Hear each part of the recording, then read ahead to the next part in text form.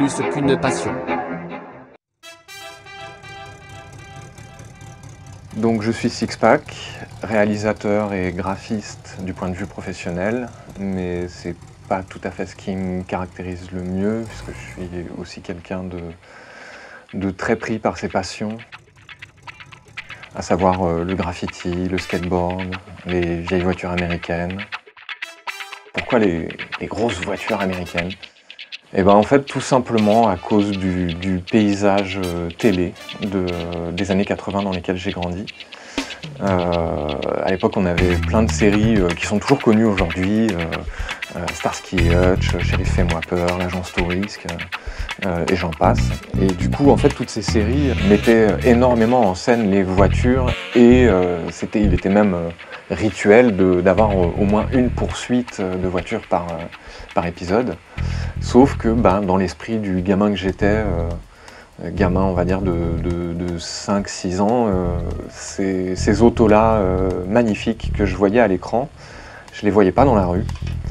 Et du coup c'était une vraie énigme, je comprenais pas pourquoi quand je regardais par la fenêtre, je voyais des voitures moches. Alors que quand je regardais dans la petite lucarne de ma télé, je voyais de belles voitures. Donc ça a été un peu ce qui a fait que j'ai commencé à les remarquer tout particulièrement.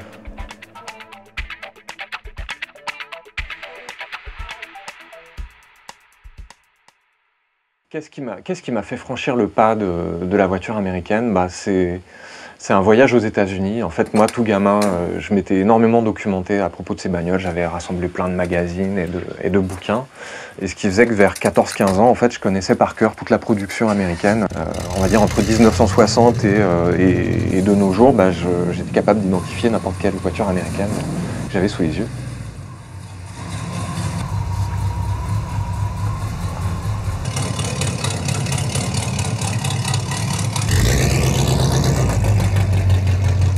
Et je suis parti aux États-Unis pour les voir dans leur environnement naturel. Et j'ai eu l'occasion de les prendre en photo, de les chasser dans les quartiers, de discuter avec leurs propriétaires. Et en même temps, j'ai eu aussi l'occasion d'acheter un magazine de petites annonces et de voir qu'en fait, ces autos-là n'étaient pas très chères et que c'était complètement abordable, même pour un jeune petit gars comme moi. Donc du coup, je me suis précipité de passer le permis dès que j'ai eu l'âge, et dès que j'ai obtenu mon permis, j'ai acheté ma première américaine, à savoir une Plymouth Duster de 1970. Elle était blanche, c'était un coupé semi-fastback, magnifique. C'était un veau, elle n'avait rien dans le sac, mais qu'est-ce qu'elle était belle, et puis qu'est-ce que ça faisait rire les gens de voir le A collé à l'arrière de cette grosse bagnole et de voir le gamin au volant. Moi je débarquais avec ça à la fac et tout, je faisais le fier, c'était merveilleux quoi. Et du coup maintenant j'en ai possédé quelques-unes, j'ai fait un petit peu de course avec on a préparé le moteur avec des amis et puis je suis allé faire la course à Santa Pod en Angleterre, c'était génial. Avec ma grosse berline 4 portes, j'étais plus rapide que des Challenger modernes, c'était extraordinaire.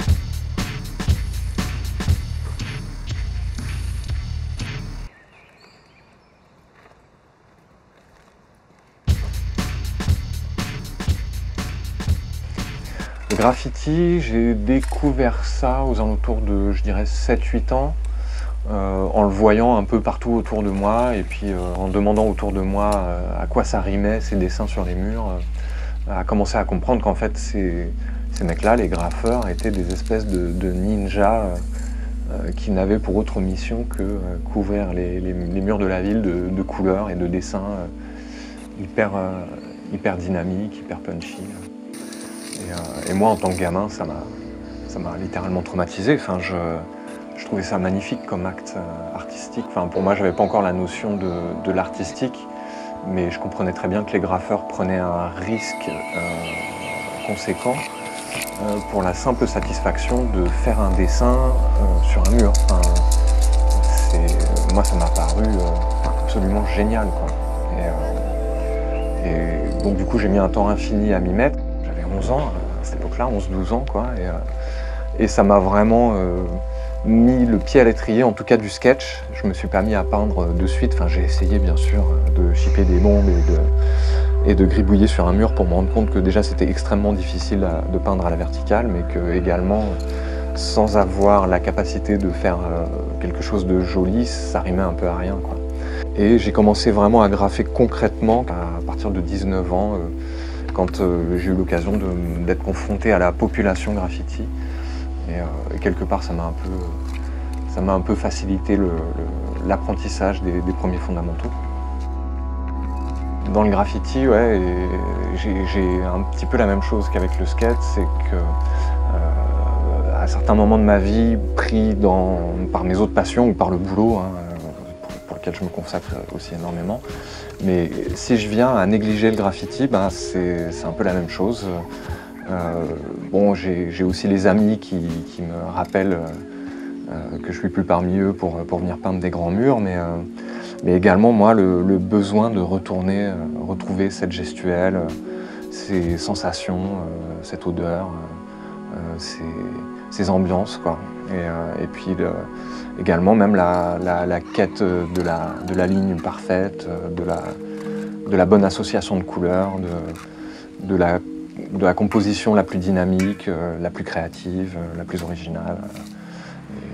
Et c'est aussi nourri par les pratiques des autres. Enfin, quand on voit les gens progresser autour de nous, les gens qu'on a vus débuter dans le domaine en question et qui deviennent très très forts, c'est toujours un coup de pied au cul qui donne envie un petit peu de retourner au front et d'aller chercher de nouvelles idées, quoi, de se remettre un peu en question, voilà, et d'essayer de continuer de progresser.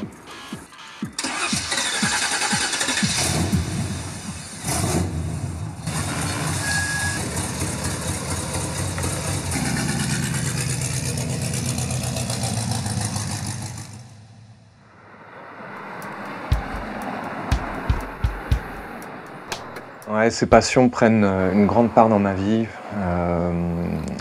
En fait, je sais pas pourquoi, c'est quelque chose qui s'est déclaré très tôt chez moi et très fort, et qui ne m'a jamais lâché.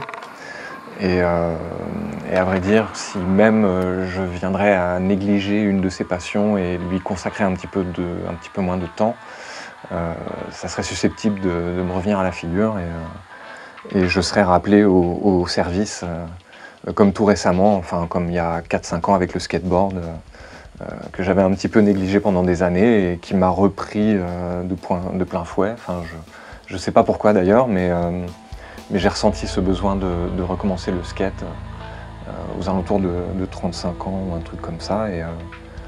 Et ça, plus j'en fais, et mieux ça se passe, et plus j'ai envie d'en faire. Et il y a cette espèce de cercle vertueux qui est globalement, je pense, quelque chose de vraiment intrinsèque à toute passion, quoi.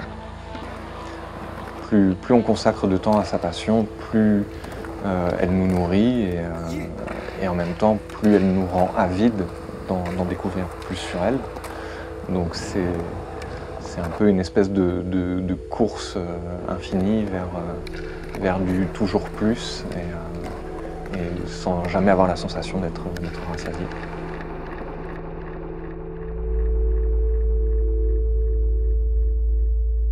En fait, le point fédérateur de ces passions qui sont relativement différentes, c'est simplement la possibilité de sublimer le quotidien, et qu'en fait l'environnement urbain ne soit pas qu'une forme d'entrave, mais aussi une source de liberté et une source de créativité.